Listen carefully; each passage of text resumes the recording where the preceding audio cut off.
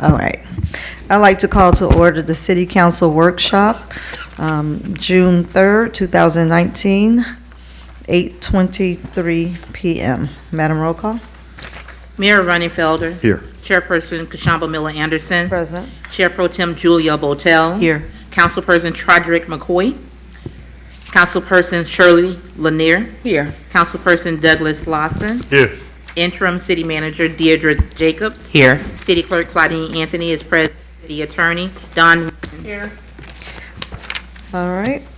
Let the record reflect Mr. McCoy is on the dais. We'll have a moment of silence followed by the Pledge of Allegiance, led by Councilwoman Lanier.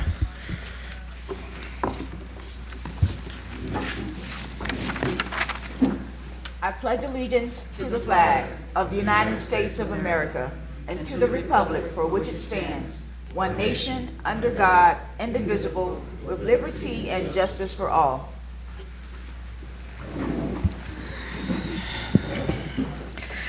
All right. The discussion and deliberation item number 1. Ms. Anthony.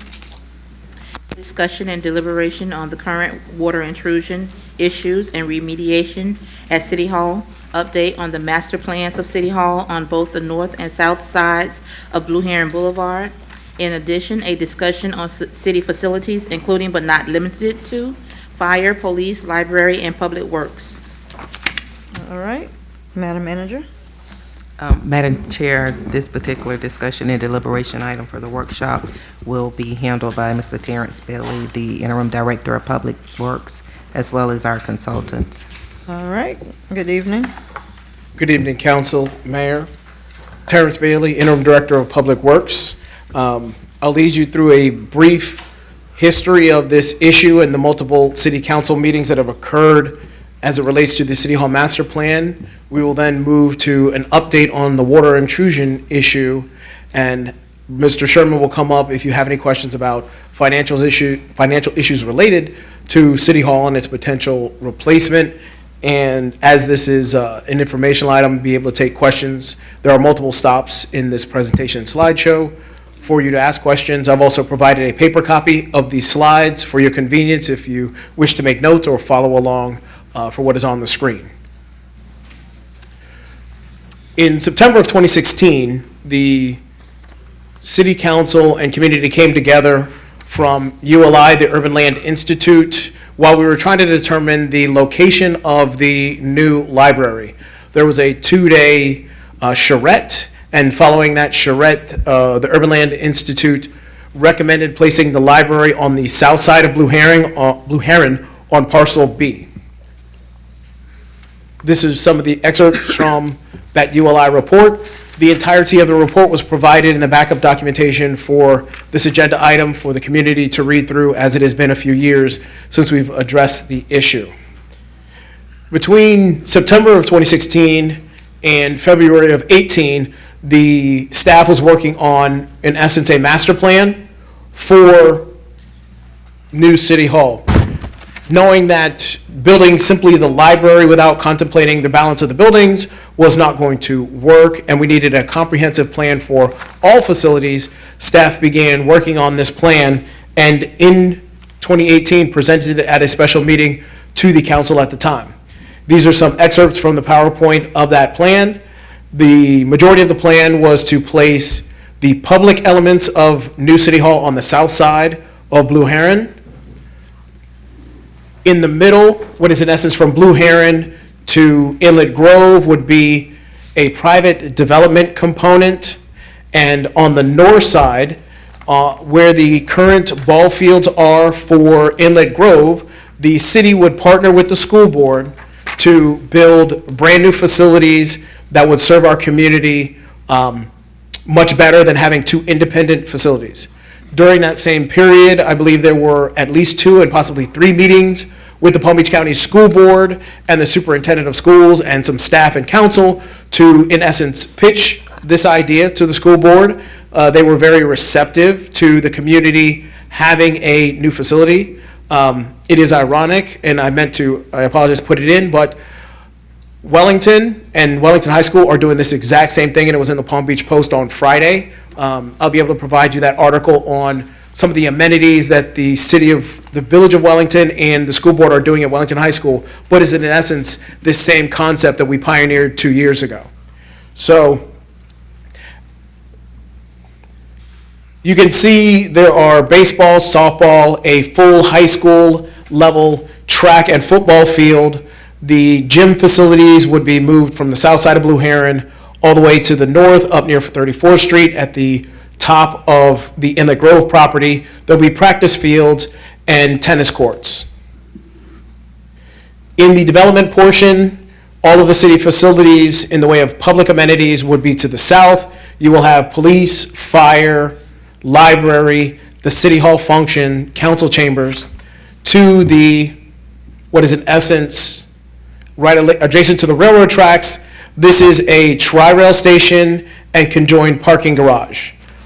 This is in the industry called a transit-oriented development, to where individuals, staff can live anywhere, come up on the tri-rail train, work in the city, as well as recreational users on the weekend use tri-rail as a mode of transportation and get to the marina and Singer Island. Here in the middle of the parcel, you have a series of buildings that would in essence be designed and left for the private development. This vision was a true economic driver in Center City to bring jobs and opportunity as well as development here along the Blue Heron corridor.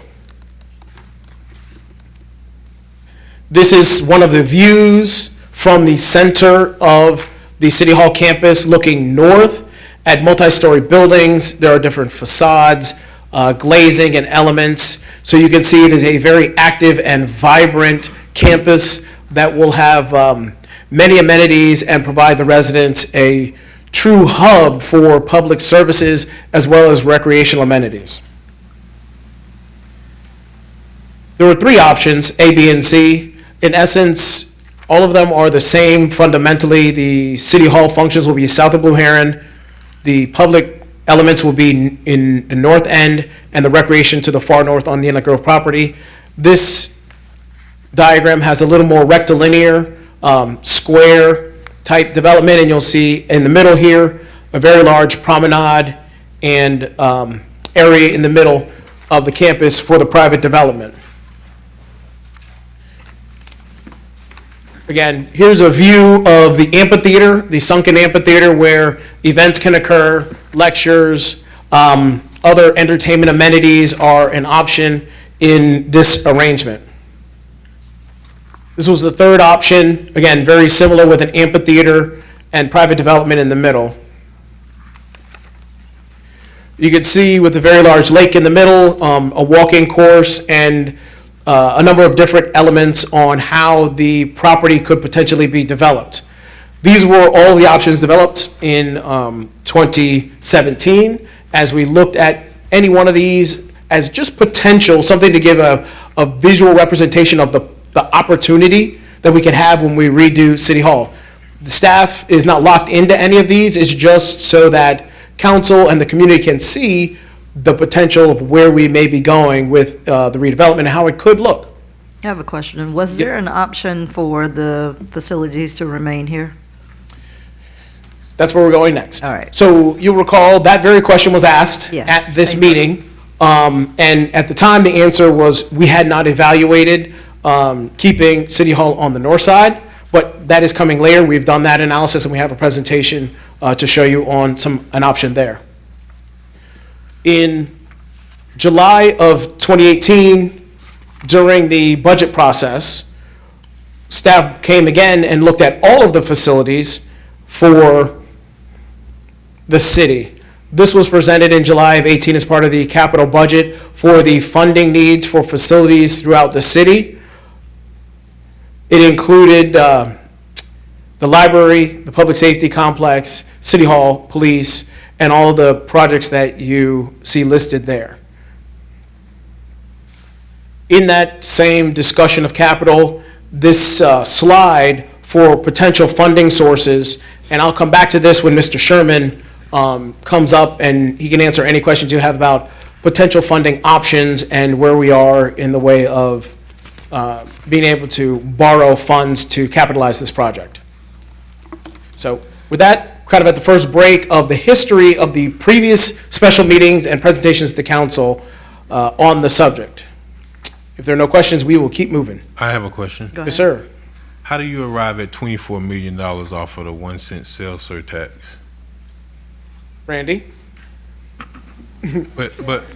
So let me, while he's coming, let me clarify that. It's my understanding that Riviera Beach's allocation should be somewhere about $20 million over the next 10 years. And are we suggesting that every dime of that is going to be put to this plan here? Yeah, this isn't concrete. But our penny sales tax should be closer to $23 million over the 10 years. And right now, the only thing we're doing with it is investing it. So ultimately, over the time, I think the 24 is probably even a little bit low. But again, don't get tied into this. This slide is already a year old. You know, things will change, but that's when I come up, I will talk a little bit more about that. Okay. Quick question, Mr. Sherman. Thank you. That same penny sales tax, how much interest have we gained since we started investing that money? Let's see, we are 18 months in. Probably a couple $100,000 already. And what time frame? It started in January of 17. Couple 100,000, like 2, 3, couple 100,000, like 9?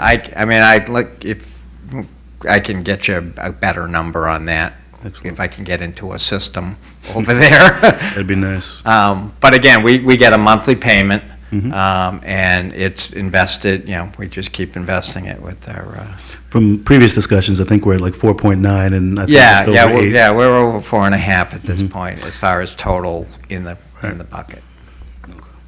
Okay, any other questions? A comment, Comment? for Mr. Bailey. I just want to caution us that although you were in the initial meeting, maybe a couple of meetings actually, wherein we discussed the acquisition or the collaboration with, and/or the collaboration with Inlet Grove, the school district has not yet made a determination as to the ultimate solution to the Inlet Grove question. So we want to be careful about making any assumptions that we would have that land available, or in fact that the school district might in fact be wanting to collaborate as we had anticipated. Just a caution. Yes, ma'am. Okay, Madam, yes.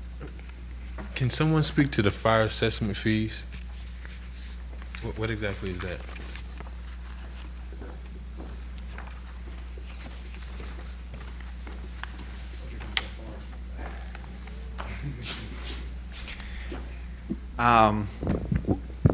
Revere Beach does not have fire assessment fees, but we have talked about it in the past. What a fire assessment fee does, it allows the community to assess a fee on the users of the fire rescue group, not the EMS portion of the fire. But you can assess based on the number of calls that actually are occurring. You're actually required to do a study, go through an entire public hearing thing, and it's typically is assessed on a per square foot basis based on the usage. So you break your community up into types of business. So residential would pay one main, and nursing homes would pay something else, and commercial would pay something else. It's a methodology that a lot of communities are using, and you can charge either for operations, which I believe is like what Boca does. I want to say Boca charges well over $200 a year for their fire assessment fee. Which is what helps them keep their millage rate down. In West Palm Beach, when we did it, we just did it on the rolling stock, so we only did it for the capital portion. I think in recent years, I think they've expanded it to cover some of their operations. But it's just, again, another option. It's another, tool that you have to use. Right now, we don't have it, but it is something that we could look at. So if we were looking at the 4 fire stations, we could put the fee in just to pay for the 4 fire stations. And then when the stations are done, you could eliminate the fee. Again, these are just options that are being thrown out in this slide. And follow up, in the property sales, what is that? Is that surplus property that the city has? That would, take for example, the property that the city owns on Broadway, the old City Hall site. There's property over there that the city has. Or again, where Public Works is. When we did this a year ago, we weren't as tied into that property as we are today, but that's, is obviously an option to take that, because that used some of the cash that we had originally put aside for the police department. We used that money to purchase that property, because that's where the police department was going to go. So if we're not going to stay there, then that's an asset, again, that we have that we could flip and put into the equation. Thank you, ma'am. So just for the purpose of this slide here, these figures were included in here as just suggestions? This was just an example of how we're going to have, we don't have $100 million to do a City Hall facility, public safety facility or any of that. If we're going to do this, and I think we can do it, we're going to have to piece things together. What this slide was trying to emphasize was, okay, maybe we'll get 6 million from this and 12 from that, but ultimately we can piece everything together to come up and get the city, what it well deserves. Okay. Did you have something? Yes. Mr. Sherman, when you come up to speak, will you be talking about design build? Yes. Thank you. All right, Mr. Bailey.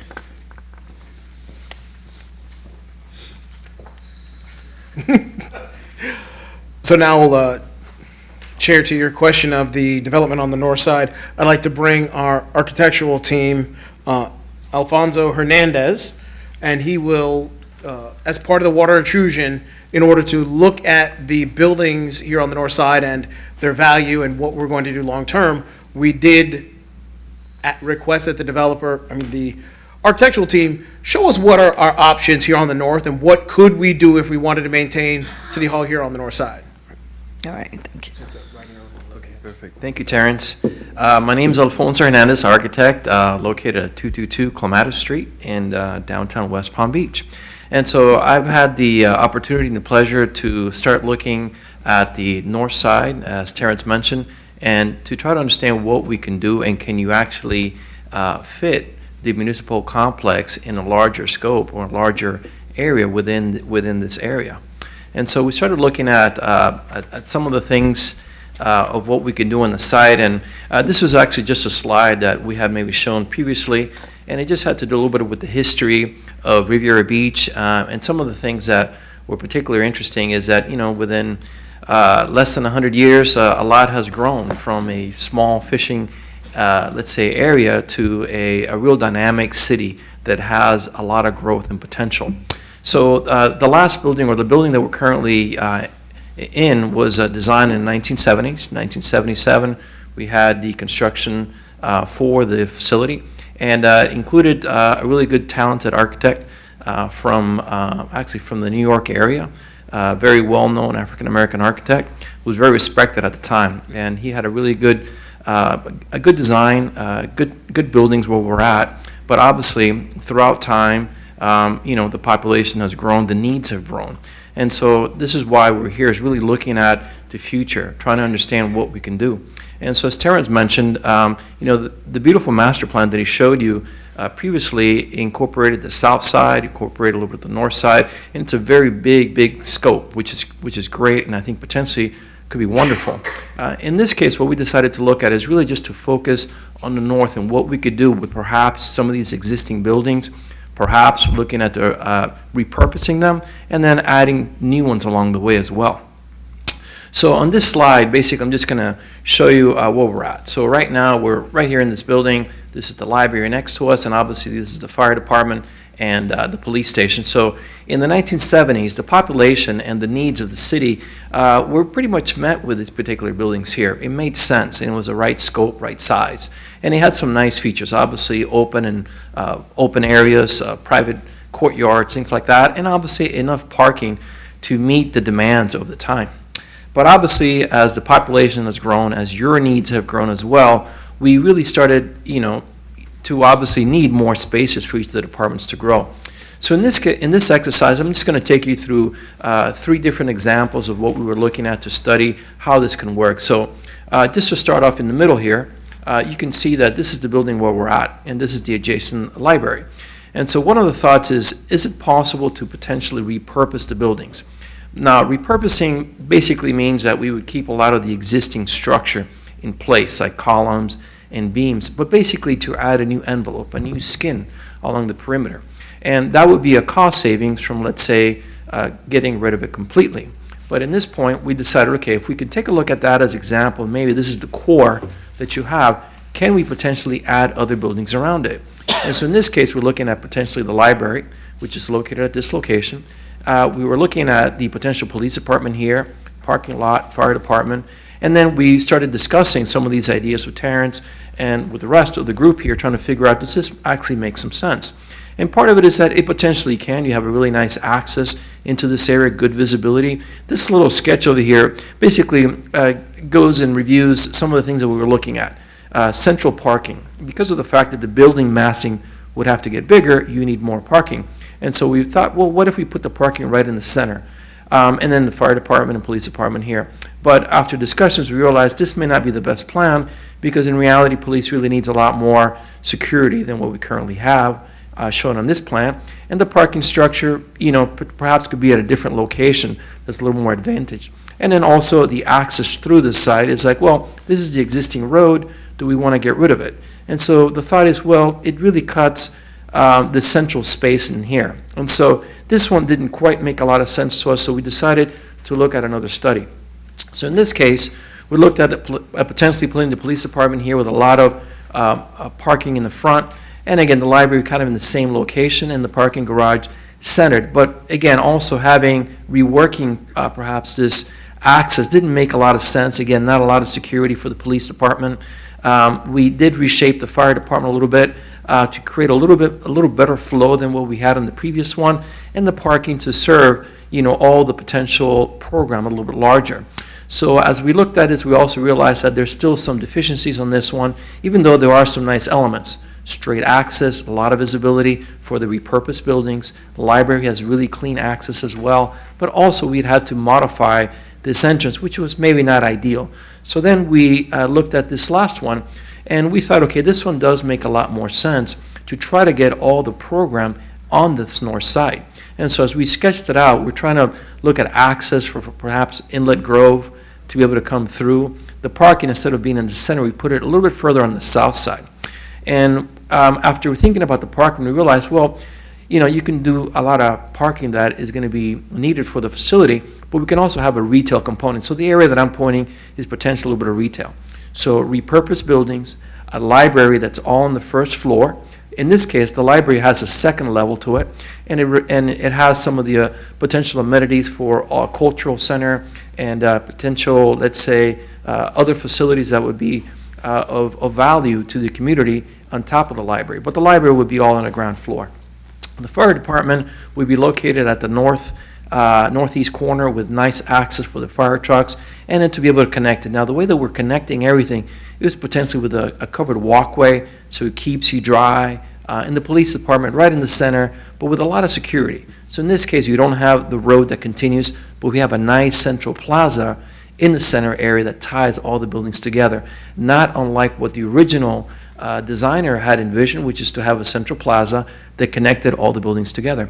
So in this case, the main exercise really is to try to figure out, can you build your program, all of it, and located on this north side? And the answer is, I think we can. I think it can fit. But obviously, this is just one of many examples. We're not saying that this is the solution, but this is a potential solution that the council members should potentially consider. And so with that, basically, is I guess, the completion of our presentation at this point. So if you have any questions, I'd be happy to answer. Any questions? What would the, sorry, Madam Chair. Go ahead. Thank you. So what would the savings be if we decided to do this as opposed to the other? Well, in this case, we really haven't gone through the detail of it. I think a part of it is that instead of using potential the 48 acres, you're just keeping to the 16 acres. And so now you have the potential to do the developments on the south side. The disadvantage, on the north side is obviously that, it's a little bit more complicated to build because you are currently using some of the facilities. So those are the kind of the give and takes. The give is, obviously you can build it all in this area. You can fit the program in here, but is it the logistics of being able to go and be able to move folks to be able to get the construction happening here? But I don't have the actual price for you. Okay. One other question. How many of the people currently, I mean, obviously we can't move the fire department and the police department in the short term. Is it possible to move some of the employees in this building to other city-owned facilities? Because while I understand that the police and fire have also a great need, because some of those folks live in that facility, and I know that the mold issues and the other issues are terrific over there. But there are also people who work in this building who have severe asthma, who have allergies and so on. Can we do anything about moving any of the people who are here to the other facilities? I think so. I think Terrence would probably be better to answer this one for you. Go ahead. We've had many meetings with the executive team, the directors, the city manager, looking for space throughout the city. As you can imagine, this building is 24,000 square feet, and there aren't really 24,000 square feet of office lying around. I mean, one of the downsides to a great economy is everybody's making money and working and using commercial space. We're going to continue to look for space to find an option to move some of the other individuals out. But part of this conversation is improving this building so we can move people back either in the short term or the long term. And that's sort of where, to your question, where we land. Next comes the water intrusion component on what it's going to look like to dry this building in. And the reason that we sort of save that for last, for lack of a better word, is if we're going to build City Hall, staff is currently projecting it's going to take 4 to 5 years. In that time, we still have to address these buildings and the environmental concerns that are expressed by the employees and the council. So we're going to spend some money. The question is, do we spend money to make this a habitable, happy place for 5 years? Or do we spend what is a significantly different amount of money to keep these buildings active for 20 to 25 years? And that is really the question that we are looking to get the council to wrestle with. What is the time horizon on when these buildings will either be repurposed or no longer used? And that will sort of determine what kind of investment do we make today to get them to that place where they're in a different condition. Thank you. All right. Any other questions? I want to know how big was the library? I'm sorry, Madam Chair. Go ahead. Is it the same size that it is now, or would be bigger, smaller? It'll be larger. And I apologize, I failed to mention, after the ULI study in 2016, the team went and began developing a floor plan for the library. So there is a floor plan with adjacencies so that each of the elements for a new modern library are captured. I believe the footprint for the library is approximately 40,000 square feet to where they have, I think, 12 to 16,000 square feet today.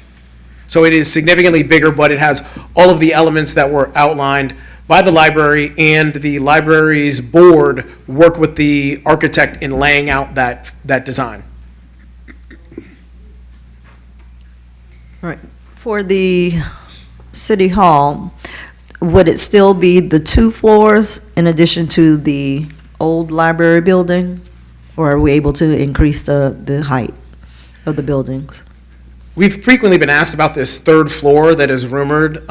We have not seen any evidence from the original construction plans that there is capacity to build a 3rd floor. There's nothing that indicates that there was a future third floor planned in that design for this building, looking at the original construction plans. With the city hall, what departments would be here? Just the departments we currently have, or would we be able to bring some back into here? Well, I guess we only have, Public Works out there? No, you have everyone at the Port Center, Well, I who mean, would be, who would okay. potentially be, so you have purchasing and human resources at the Port Center.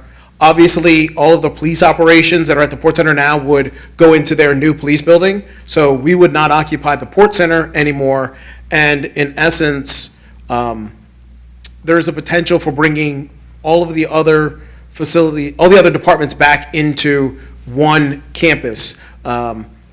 In speaking with. that would work with that, or that would require an additional level? Right now, we believe that we can achieve that with what you see on paper, but understand, this is kind of generic. Right, right. I mean, we were having this conversation out in the hallway. We may end up floating the second floor all the way across and making this just an office building. So all of this that you're in now would be office suites, and that's how you could get more people here. You may end up, the entire glass front here on the east side, you may end up bumping that out to get the more square footage you need to bring the departments back. So there are a lot of different ways we could potentially solve it. We were looking at, can it be done? And we're confident to say, yes, we can build a city hall complex here on the north side. And this is generally where the buildings will be, which department will have which building, and how it would be arranged. Okay. Anyone else, before we go to the next section? All right. Water intrusion. If you'll give me a second to bring up there.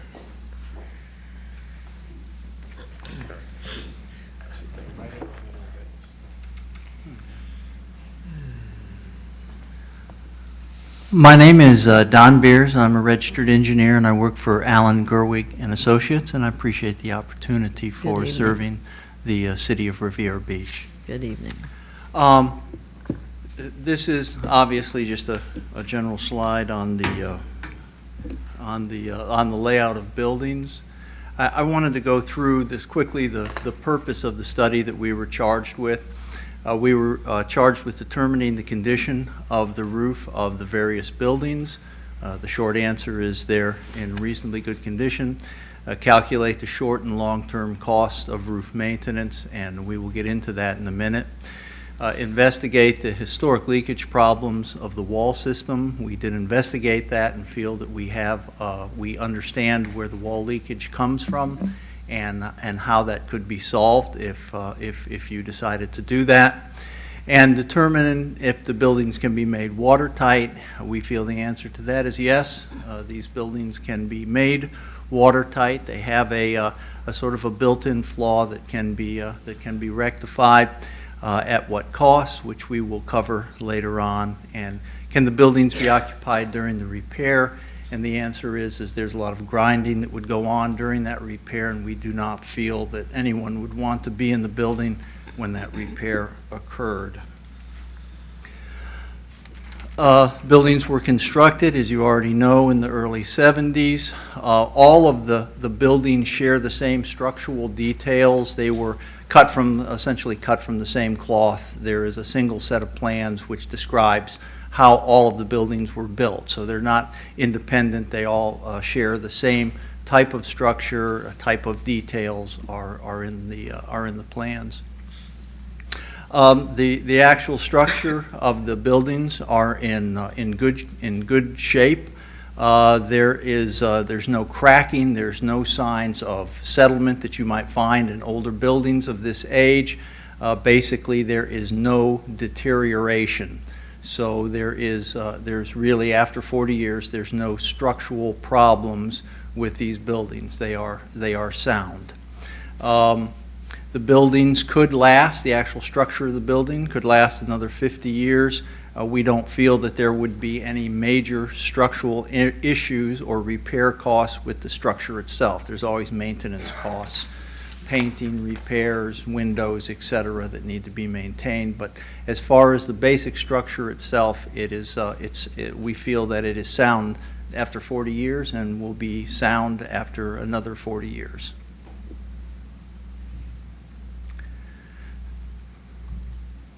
The existing roof is, we inspected, and the roofs all appear to be in good condition, and this is due to a reasonable slope on the roof, and also that someone had the wisdom of coating the roofs in between repair with a silicone white coating, which has been very effective in keeping the roofs throughout the years. If you decided to keep the buildings, and these numbers that are going to appear are, in fact, all of the numbers that we're going to talk about are for all 4 buildings in this complex: the police, the fire, the city hall, and the library. And we would probably want to spend immediately $4,500 in just some of the items which would need to be taken care of, just to make sure that there's no possibility of leakage in the roof system, and that it's going to be maintained in the future. Additionally to the $4,500 is that the roofs, in order to protect them, need walkways where in the main areas where maintenance men access it rather than walk on the roof. These walkways would be, for the 4 buildings, would be about $10,000. In 4 years, I'll just say the $4,500 is an immediate cost, and it's also an annual upkeep cost. So that's something that you really would need to spend every year to make sure that the roofs remained in good condition. At the end of 4 years, in order to extend the time period between when you would have to replace the entire roof, we would recommend that the roofs be recoated with a silicone coating system. And we estimated that cost, the current cost of that would be $150,000, which with a 4% inflation cost in 4 years, that would be approximately $175,000. In 9 years, we feel that these roofs will have to be replaced, and that the cost of that replacement for the 4 buildings in the complex would be $510,000. With a 4% inflation, that would be 9 years from now, $725,000.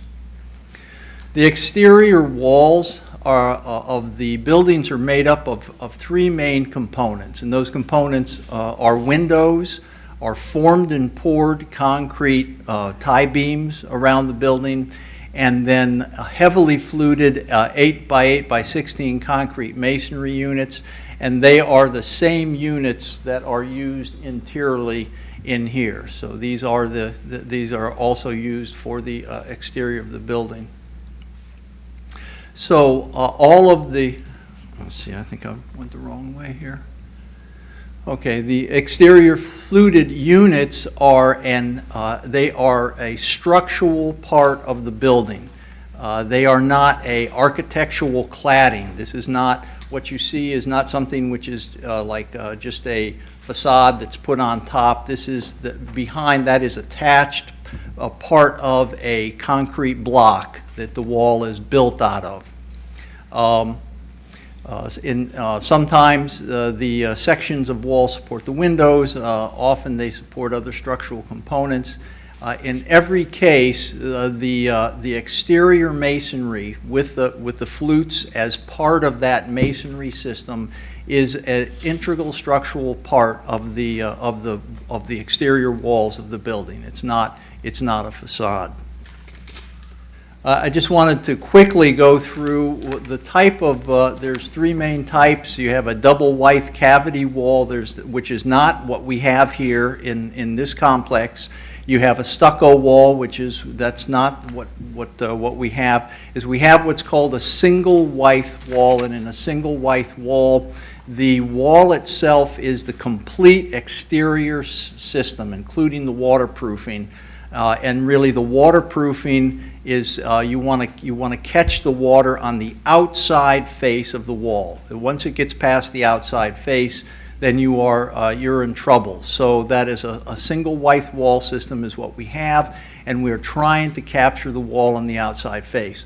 One of the main ways that we make sure that water does not come through the unit is by tooling the joints. That would be the top.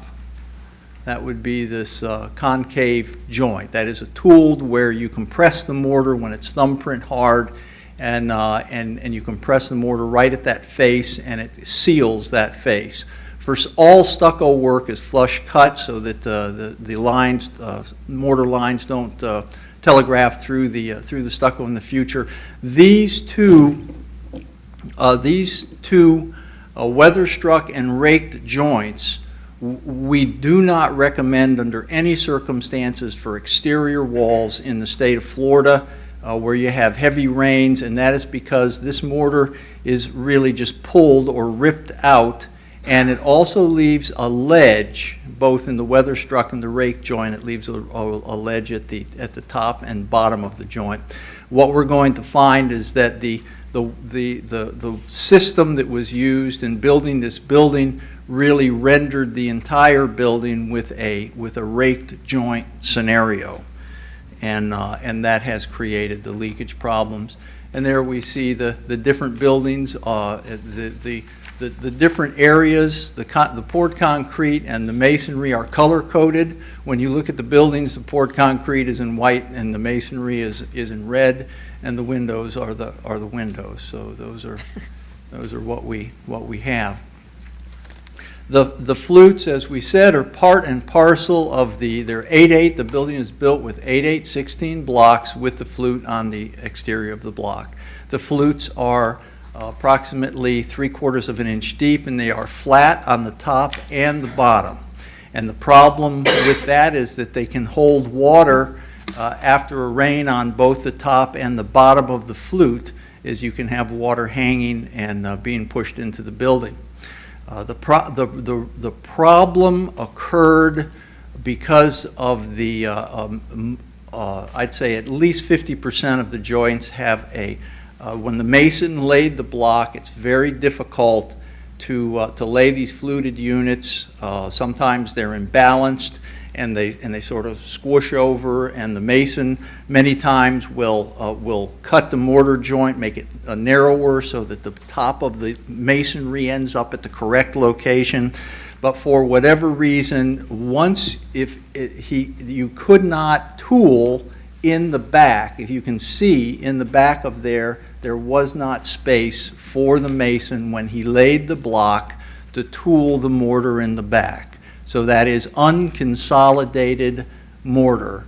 That mortar joint would not be considered watertight. It has not been tooled or compressed, and it is a potential leakage point. Not only that, but as you can see, the water has the opportunity of filling that gap and sitting on top of the flute and being then pushed through. So again, we have created a situation where almost all of the block are this raked joint configuration, which just simply is a guarantee almost for leaking. And what happens is the water sits and then it's pushed through this unconsolidated mortar joint. It's pushed through into the building. Like I say, the narrower units probably only have 1/8 of an inch.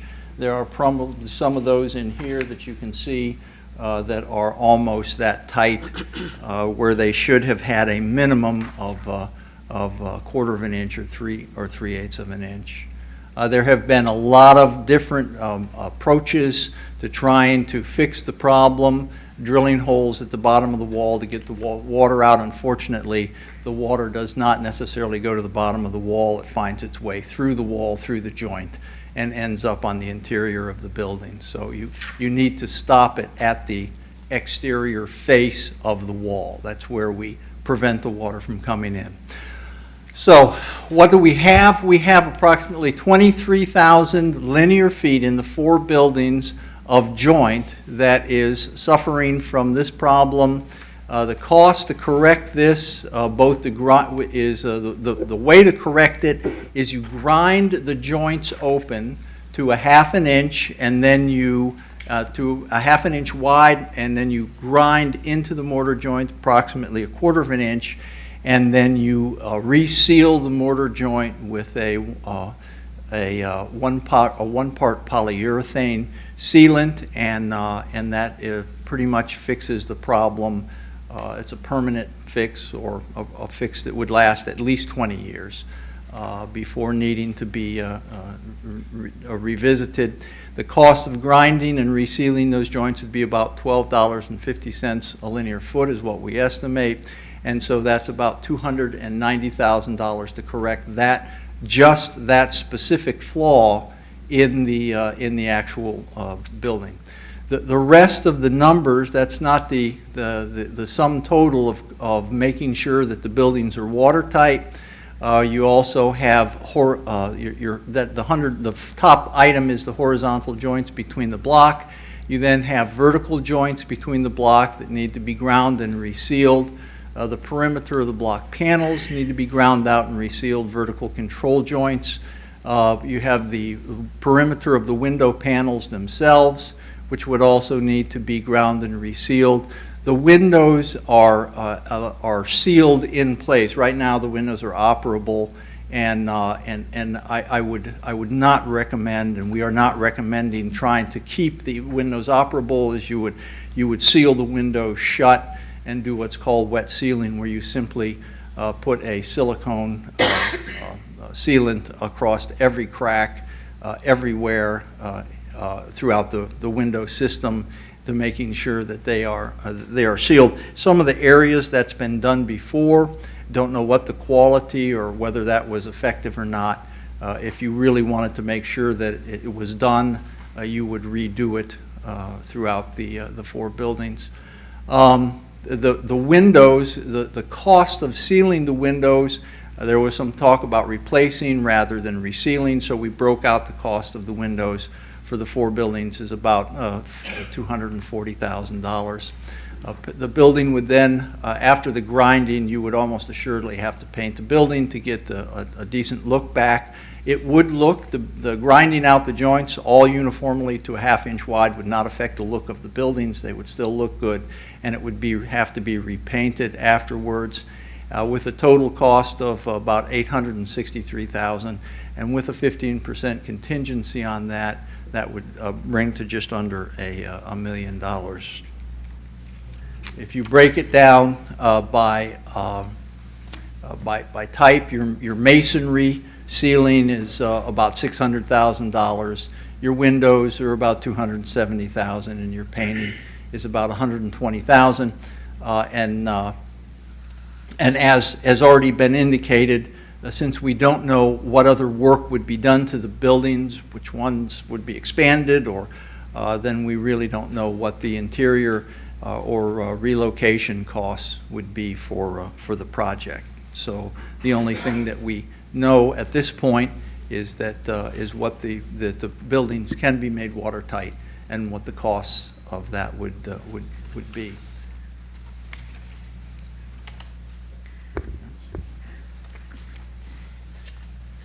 So I'd like to go back here real quick and add a little. In this area, the interior work, as you know, there are departments that have been relocated due to concerns, and there have been remediation done in those units. That remediation, those office units need to be built back, improved, things of that nature. As well, being that we have not completed that work, we don't have a cost number on what it's going to cost to put those office suites back together. That is why the interior work is an unknown item. As well, you heard him say the grinding outside would in essence drive someone crazy. You would not be able to work in the building at the time, so we would have to pick up all of the operations here at City Hall and put them somewhere else for probably 6 months. As we discussed, space is a problem, operational continuity is a problem. Obviously, for police and fire to continue to provide public safety service, finding a location that works for them, as well as the complexity of the 911 call center and all of their other logistics and operations, moving police and fire out of their buildings for 6 months is a cost that cannot be captured until we decide that we're going to get closer to actually achieving that. So the total cost for drying in the buildings is currently an unknown for those very complicated reasons. I have a But with that, question. question, yes, ma'am. Regarding the grinding, they will be working on, what exactly is that? And is that something like you can work on this side of the building only, and those who are on the other side, it doesn't impact them? Why does everyone have to move at the same time? Yes. In buildings which are, very sound structural buildings, meaning they're tied together very tightly, which these buildings are, with poured concrete and with masonry, when you grind or make noise on any part of the building, it resonates through the, pretty much through the entire building. There is no getting away from the sound in grinding out, grinding out the masonry on a So to do that, it takes about 6 months to do the whole thing? You certainly, 6 months would be a reasonable time frame for that, yes. Okay. 6 months is, my estimate of 6 months is a displacement time. That is, we start today, box everybody's materials, figure out where they're gonna go, move them, all their computers, get them operating again, do the work, box their materials, move them back, they're sitting at their desks. That process, I'm estimating to be 6 months, from start to finish. Okay. All right, Sounds Mr. like a long Sherman. time to me. Go back to the fund stack. This one? Yep. Okay, so let me first go back and give you I figure out what system I'm using here.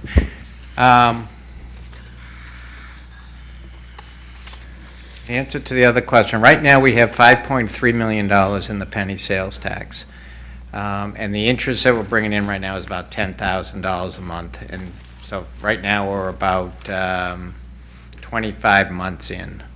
Now, obviously, in the earlier months, when the balances were lower, I wasn't bringing in 10,000, and the interest rates weren't where they are today. But that just gives you an idea of where that goes. So that give you comfort that despite the earlier meeting, our financial system is still operating. Okay, so here's the discussion that we really need to have here. Back in 2017, when we were talking about City Hall, remember again, we had the issue with the Public Works facility. We were planning on moving police and fire, and then we decided, well, we're not going to move police and fire over to the Public Works building. And we were moving all kinds of pieces around. Mr. Evans at the time said, listen, I need you to give me sort of a white paper that lays out what are all of our options on how we can possibly, fund, all the costs that we're looking at. So I did, and I don't know, it was a dozen pages or whatever, and we kind of went through everything. But when we came back and actually made the presentation to the council, what this slide is, and as I said earlier, this is not anywhere near being in concrete, was just the idea that, listen, whether it's a $50 million project, and we're going to stay on this campus, or it's $150 million, and we're going to move across the street, we can do either. Okay, I truly believe that we can do either, but it's going to have to be a little of this and a little of that, and we're going to have to piece this thing together over time.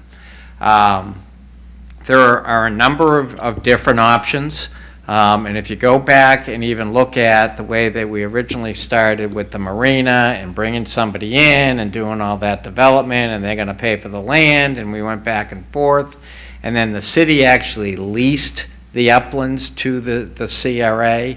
That was only 12 acres, and we were getting over $3 million lease payment. But that was the market rate. So my point is you can look at this 16 acres, or you can look at the parcel across the street where Mr. Bailey showed the transit-oriented development. There's dollars there. And if you're going to just stay on this side and you want to just repair this side, repair the current buildings, or if you want to build on this side, if we're not going to look at that design build feature and we're not going to look at public-private partnerships, again, it's doable, but it's going to take a long time to do it. Because by leaving the facilities on this side, we've taken out the whole public-private partnership issue. It's just gone off the table. And that, to me, is really where the money is in this deal, is allowing or contracting with the private entity to come in. They're clearly going to come in. They're going to make a profit. I understand that. But it's going to help us pay for our deal as well. You know, I won't even touch on any of these things other than what we need is, and it doesn't, I'm going to say it's clear direction, but we need some direction on what you would like us to get together and bring back to you. You know, what is the preference and really what is the goal that this board has? Because again, if all you're going to do is repair this side, the goal is just to repair this side at the cheapest cost, and we can do that. But if you want to do an economic development project, you're looking at moving to the south side and really doing an economic development project that not only be construction jobs, but it'll be housing, and it'll be long-term jobs as you go forward. And again, doing things like the TOD with Tri-Rail and the like. A couple of things that I will say, and I'm going to kind of read through a list, and this isn't anything other than giving you an idea of the types of projects that I've worked on in the past to maybe give you a little bit more comfort that we can do this. I have worked on financing hotels and convention centers, parking facilities, museums. We did an airport, a minor league baseball stadium, a 10,000-seat civic arena, 25 school facilities, a medical center, an urban university campus, a waterfront, and housing development, and all those things. And those are all public-private partnerships, okay?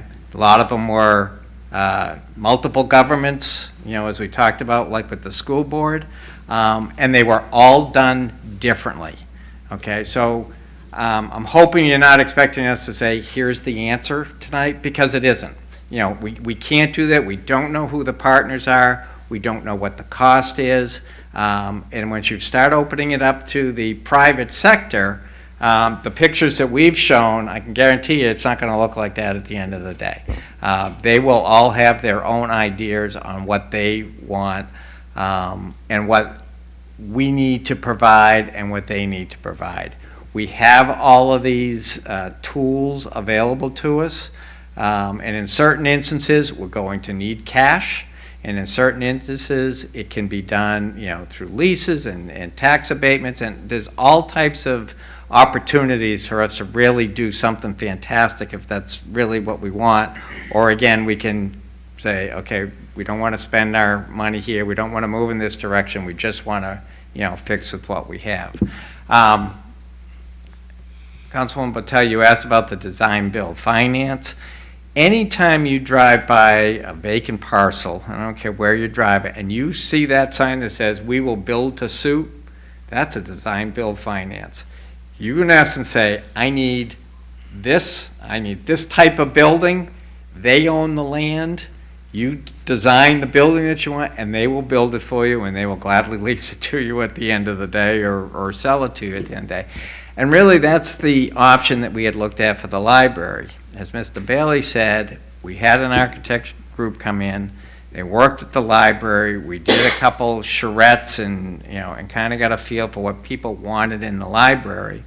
And again, what they were going to do was design, build, finance. They were going to, you know, work the documents up to what, about 30% or so, put that out to bid, and then let the contractor come in, build that facility, and finance it. Part of the advantage of allowing the private sector to finance things, again, are the tax benefits that they get that possibly we can get along the way. We can obviously lend tax-exempt financing that they can't get, but there are, again, types of borrowings that we can get them the tax-exempt financing. So again, this is definitely not set in stone. What we really need is a direction on where this board wants to go so that we can come back, give you all the details on where people can move, how much that'll cost us, what's the real timeline, what's the cost per square foot, how would this actually lay out, and actually give you, the whole staging bit and moving all the pieces around. Because there are a lot of pieces, and it's not just the City Hall complex. As mentioned before, when you see land sales, well, there's land that the city owns throughout the city, and then the question is, are we willing to sell it, or do we want to just lease it, or is it totally out of play because we want to do something with it, at a later point? But we need you to kind of just give us that direction. Leave us alone for a little while to then develop the plan and then, and bring it back. If we can get direction for one location and one thought plan, that would be the best thing for us, so we don't have to, go out and but if you want us to come back with comparatives, you say, well, here's an A and here's a B, how does this work out? We certainly can do that as well. But again, we just kind of need you to push us in a direction. I personally, again, I liked what ULI did. There was a group of business folks that came in and they said the south side. And again, I know the reason why they said the south side of Blue Heron was to get that public-private partnership. And I tell you, there's a lot of money in that, that again can pay for the facilities that the city needs. So with that, I'll try and I'll stop talking and take any questions that you may have. Madam Chair, Go ahead. I have a question for police and fire. Have you weighed in, do you have any feelings about whether or not the first three scenarios using the north side, using the you saw them as well as I mean, look at them. The south side? Using this scenario The south would be side? better for you than rehabbing what we have here, from a perspective of public safety, public services. Good evening, John Kurt, Interim Fire Chief. Good evening. For fire rescue, there will be some challenges anytime we're displaced. We're seeing those challenges that we're dealing with now. But from a response perspective, if we can find an area that we can respond from and still provide services throughout the community, fire would be a lot better off than the police department would, simply because of their dispatching system. So we could accommodate either the north or south side. It really doesn't affect, as long as we stay centralized within this zone. Mike Madden, Interim Fire Chief. We currently occupy, I'm Police. sorry, Police Chief, sorry. They always say cops want to be firemen. We currently occupy 17,000 square feet, and we really need 65. So staying there isn't really an option. And it'd be difficult and costly to move us to tear that down and build something else. So, I think the architect mentioned about the logistics of trying to keep everybody here and rebuild it. So obviously, building on the south side solves that problem. We feel like we could stay put until something new is built. Okay, thank you. Anyone else? Madam Chair? As a I'm sorry. follow-up, I would imagine that you might feel the same way, Chief Kurd. Building on the south side would allow you to stay where you are while that building is taking place. That would obviously be the ideal situation for us with the administration offices. I wouldn't know where a station would go to house multiple engines and rescue units and all the other equipment, and it would be very difficult for us. Okay, thank you. You had a question? Yes, Madam Comment. Chair. Mr. Bailey, the resurfacing of the exterior of our current building, is that something that we're going to have to do regardless of if we go to the south side or stay here?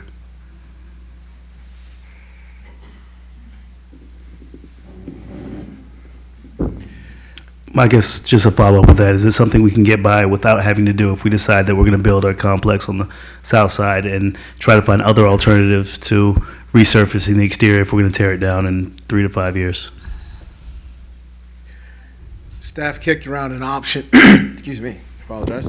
Staff kicked around an option that is less than perfect. In essence, the issue is when water penetrates the outside wall, it'll come in contact with drywall, which is an absorbent medium, and if left wet for too long, presents problems. Like my office. So, to short circuit that cycle, you remove the medium. So there is a scenario where the drywall that has been removed at the bottom of some of the offices that are being addressed currently, if that drywall is not replaced, and in the event that there is water or leakage from a heavy rain, that water would be, in essence, on the floor and could be cleaned up. The reason that's not necessarily our number one option, because aesthetically, you're going to see the inside of the block wall in some of these spaces. But that is it's an aesthetic driver, but logistically, you could use that as an option. What was that? So, I don't quite understand that. so Yes or no? essentially, Mr. Bailey, you're saying that we would just have open drywall in the offices for the next 5 years? No drywall. You have Well, no. I'm sorry, we'd have a whole cutout. Right, you'd have the bottom cutout 3 to 4 feet high Mm-hmm. in most So- of the offices. So from the floor to about 4 feet high, we'll just have open, we'll see studs You'll and see studs For 3 or 4 years. for the time that it takes to build City Hall. deliver the project. But that saves you the cost of the work. It saves you the 6 months of moving people out and the logistics that causes. As I said, we kicked it around with the staff, and it was at the bottom of a list of unfavorable options. But since you asked, it Yes. is an option. It's just at the bottom of the list.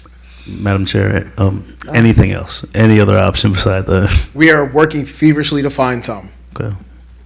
Madam Chair, Yes. would it be possible if, and I don't know the scenario of buying the Winn-Dixie or leasing that Winn-Dixie, could we move offices there if we was to attain that building? The short answer is yes, we can, yes, we can buy that Winn-Dixie, do a renovation to turn that from a grocery store into an office suite. We could look into that. That is one of the options we're currently looking into. Okay. Try to make contact with the owner, seeing what sort of price point we would be looking at. We would be looking at 2 different options, a lease and a purchase. Obviously, I believe that they currently have a price out there, and I haven't been able to get back with any realtors on what the monthly lease rate is. Considering the substantial improvements that it would take to turn it from a grocery store into an office, they're going to add that money into the lease cost. So we would leave it to Mr. Sherman to decide, is it more financially, economically viable to buy it and then sell it when we're done, or lease it for the 5 years? It'll turn into a dollar number, and whichever way is more advantageous, we would look to go into that route. Madam Chair, Yes. I just wanted to ask, I know that there are other municipalities, governmental entities that have done this before. Can you provide us with some examples of other municipalities that have done this, before? When you say done this, you mean build a new city hall, or have to make the decision of a major renovation in their current facility when it's at its end of its useful life, or build new somewhere in a different location? Both building a new city hall and rebuilding an existing structure.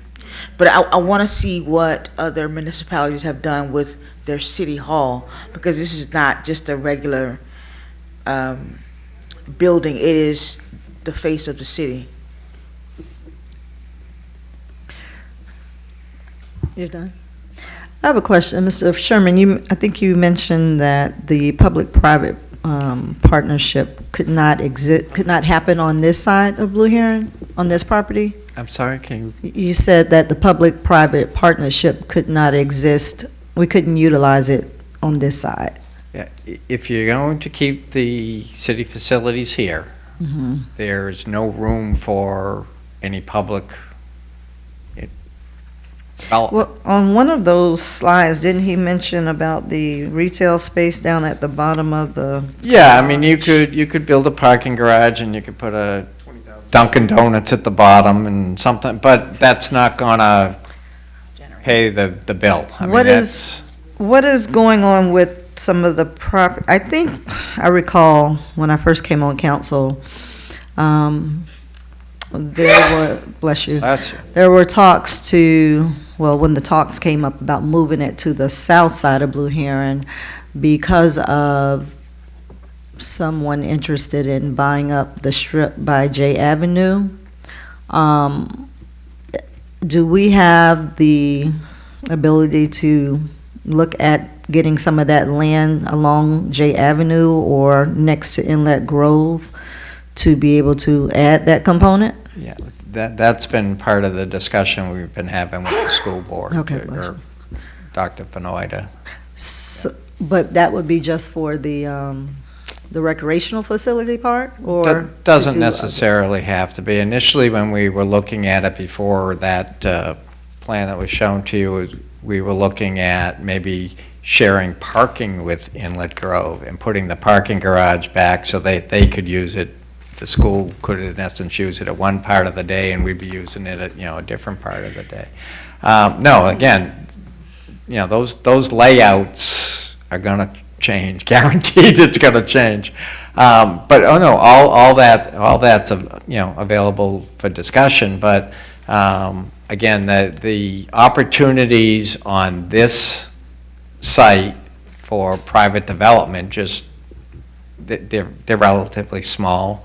And again, it wouldn't pay to, it would be more of a built-out space that you're probably leasing versus somebody coming in. Also, I know, I don't know, 6-7 years ago, I guess, the discussion, there was a RFP put out to rebuild everything over here already. So can you all provide that information as well so that we can see that? I mean, I know we probably don't have it right now, but. I'm not familiar with it, we'll find it if it exists. Yeah, because the plan was to rebuild here on this side, and then all of a sudden it got switched, and that's when the warehouse building became an issue, and, all of a sudden everything was moving over there. Right. So, their plan was always to rebuild here, so if they can get that information, that would be good. I know what you're talking. The one that you put out in 2011, Ben put out in 2011 or so, 2012. Yeah, somewhere around there. Yeah, that ended up, it was put out as a P3 and it ended up having no private component in it at all. Well, maybe at They least were just willing to provide it, and provide the information, and then maybe we can. Actually, I do have that. Yeah, maybe we can kind of. And again, they were willing to provide money and loans, but not. Okay. Now, with the south side, the Wells family, the gym and all, that area, is there some sort of stipulation to keep certain things over there for that, when they acquired that place over there on that side? Yeah, not that I'm aware of. When we were looking at it for the library, I don't believe that ever came up, but we can certainly research that to find out. And along with what Councilwoman Lanier was saying, for me, I would like to see the different comparison costs for remaining here. I know you mentioned about there were some unknowns about the interior and all of that, but I'm sure you can get some sort of estimate. I would like to see what the total cost and the breakdown would be for staying here, rebuilding, repairing it, maybe getting some modular units to temporarily house people, just to get a better handle on whether, because right now it sounds like, no, hey, this is too much money, let's not stay here and build here. But if you go to the other side, you're gonna have to put the infrastructure in place. You're gonna have to put all the piping and all of that stuff over there that does not exist. We at least have it here. So that would be a savings on that part. I know, you know, trying to preserve it and still being able to allow people to work. I just want to see a total cost on staying here, repairing it, putting them somewhere else temporarily, what it would cost to put them somewhere else temporarily while they do the grinding. All of those costs for each option, whether we rebuild over there or stay here, repair here, move some. I would like to see all of those so that I could make a better decision. Because right now it just sounds like, hey, it's going to cost a gazillion dollars to stay here, and we need to move to the south. And I don't want the south being forced, a forced option, you know, like it was in the past. All right, anyone else have comments? Madam Chair, Go ahead. Mr. Bailey, the drying in that you spoke of, how much additional time does that extend the life of this building, or the complex? I thought I heard 40 years. 50. I think you said 20 years, you'd have to come back and, in essence, do it again. Well, you wouldn't have to do it. The grinding is really one time.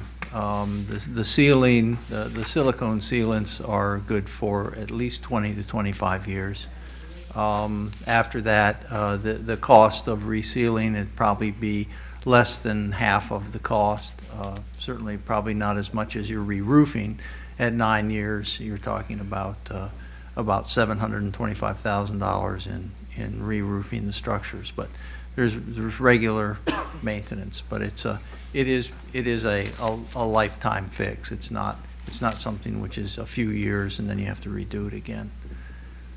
Okay, and the plans that we seen, Mr. Bailey, that kept City Hall here, does that account for population increase, let's say for, in his example, 25 years and expanding of city government operations and that sort of thing? We didn't get into that level of detail. Please understand, in this concept, and in order to get all the way to the end game, as the chair requested, there are a lot of decisions that will have to be made by the executive team. Number one, the city manager will have to decide who is going to be housed on this campus.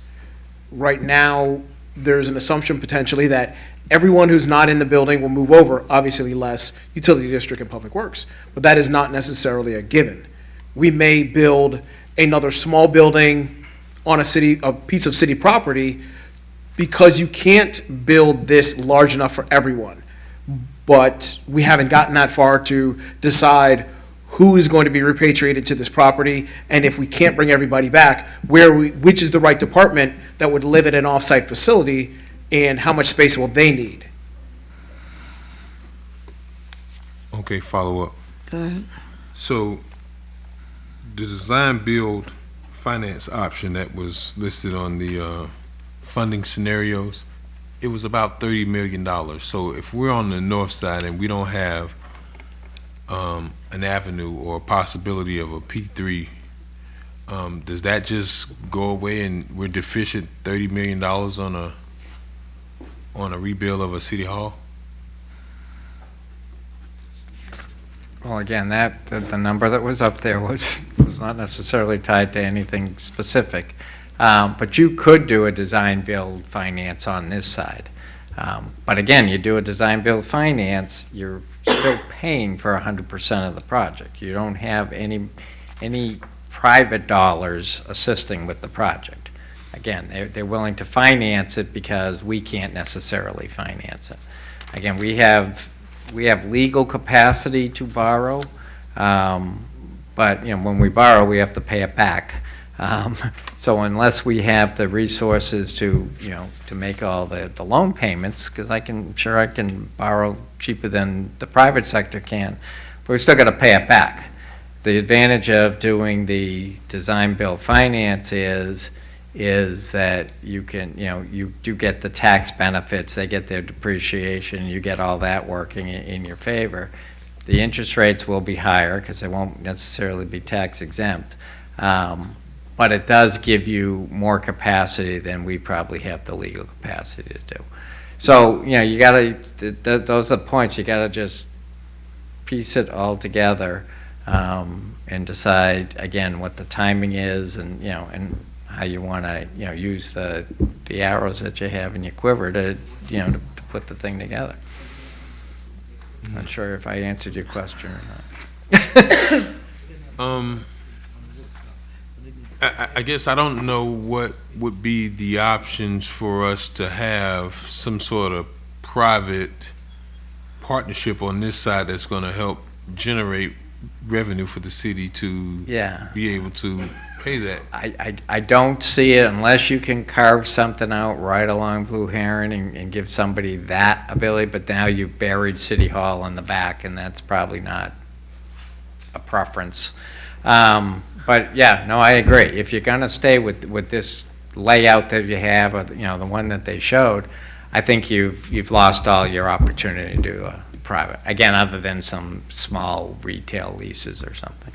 And the complex, how far do we go back? I mean, from Blue Heron, how far north do we go? Do we go all the way up to, I guess, right where Inlet Grove starts? Right, yeah, you run into Inlet Grove. And even the park in the back behind the police department?